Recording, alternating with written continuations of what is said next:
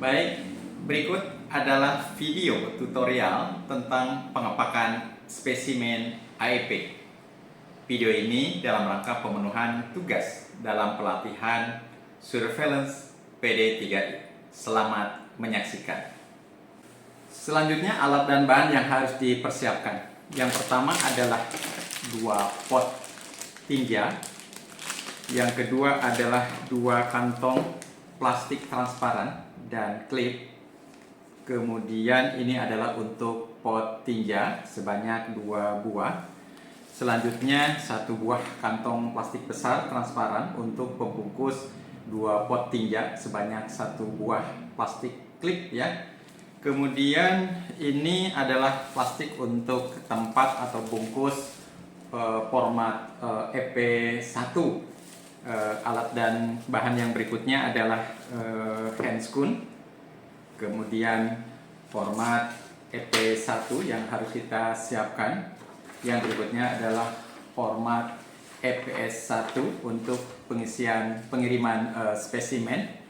Kemudian ini ada lakban, kemudian saat lakban ada selotip yang harus kita siapkan.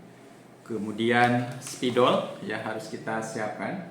Kemudian setelah spidol adalah ada gunting ya, ada gunting. Kemudian ada alat tulis ya. Kemudian selanjutnya adalah kertas label, dan yang berikutnya adalah ini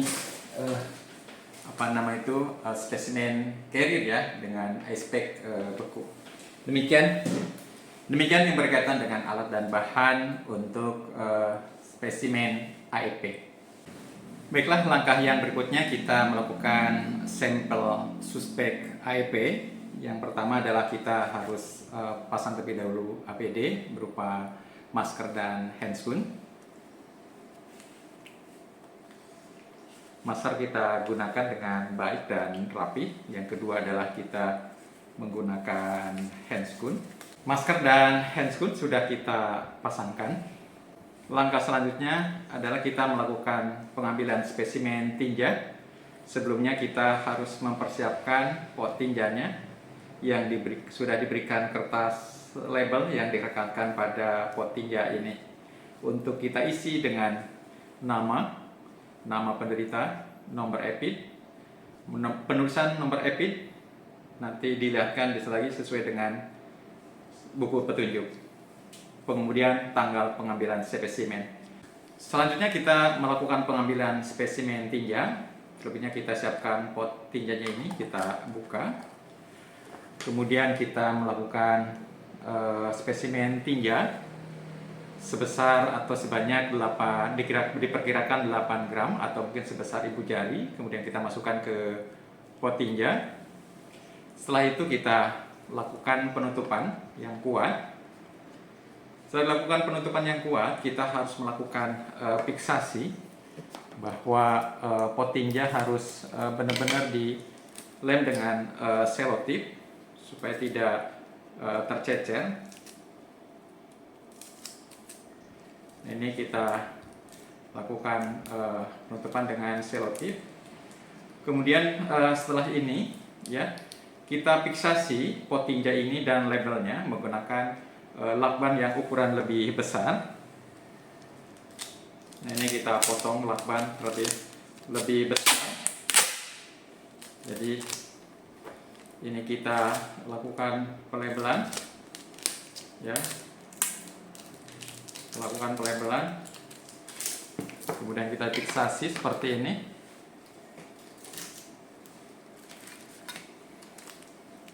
Nah, setelah ini kita berikan label. Ini adalah berikan label 1.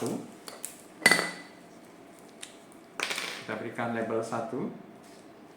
Kita berikan tulisan label 1. Kemudian setelah ini pot tinja kita amankan pada plastik yang berklip. Ini adalah supaya mengamankan sampel tinja dan tidak tercecer.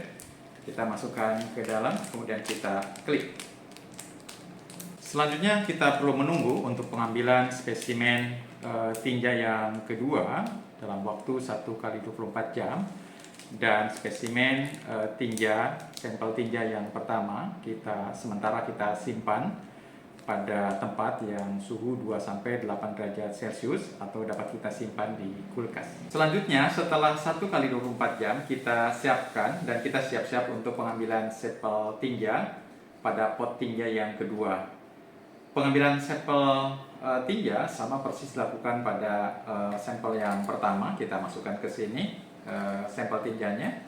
Kemudian pastikan bahwa di sini kita tuliskan nama penderita, kemudian nomor EPID dan tanggal pengambilan sampelnya. Kemudian di sini tuliskan kode 2 bahwa ini adalah sampel tinja yang kedua.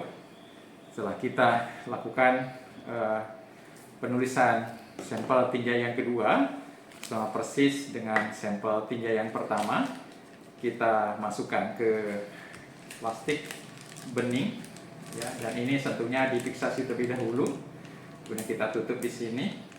Setelah ini kita gabungkan di dalam plastik yang ukuran lebih besar ya, sampel tinja yang pertama kita masukkan terlebih dahulu.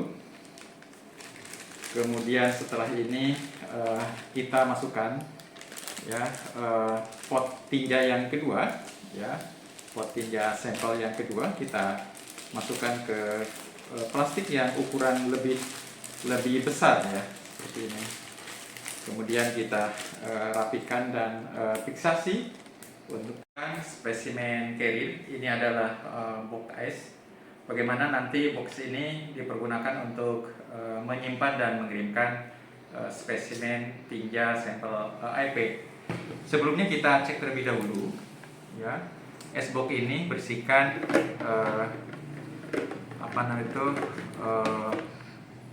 ya full box ya teman semuanya. Kemudian dipastikan ini untuk menjaga supaya lebih lengkap ya, kita susun yang rapi. Kemudian spesimen tinja yang tadi, spesimen tinja 1 dan spesimen tinja 2 kita simpan di dalam yang telah berisikan es, dan bagaimana ini suhunya dapat terjaga antara 2-8 derajat Celcius. Kemudian kita lakukan penguncian sampai benar-benar terdengar suara klik. Kemudian setelah ini format EP1 dan EP1 kita masukkan ke dalam plastik yang ukuran besar. Kemudian ini dipastikan rapi ya. Kemudian setelah ini disimpan di atas box es ini yang telah berisi pot tinja sampel IP, berikut dokumen EP1 dan EP1. Jadi ini adalah untuk pengiriman spesimen. Kemudian kita coba bahwa ini kita fiksasi bagaimana nanti supaya di perjalanan tetap aman ya, dan ini harus benar-benar kuat ya. Kemudian kita coba fiksasi ya, kita gunting di sini ya. Kemudian kita berikan lakban tempat yang lain sekali lagi supaya ini benar-benar kuat dari gangguan-gangguan, terutama untuk perjalanan, termasuk juga kondisi cuaca dan air. Dan setelah ini dipastikan benar-benar kuat, nanti bisa ditambah lagi lakbannya yang lebih kuat lagi. Kemudian bahwa spesimen tinja sampel AEP itu bisa kita kirimkan ke dinas kesehatan. Demikianlah pengambilan spesimen dan pengepakan spesimen untuk sampel AEP. Dan ini adalah untuk pemenuhan penugasan pada pelatihan surveillance PD3I. Semoga bermanfaat. Terima kasih.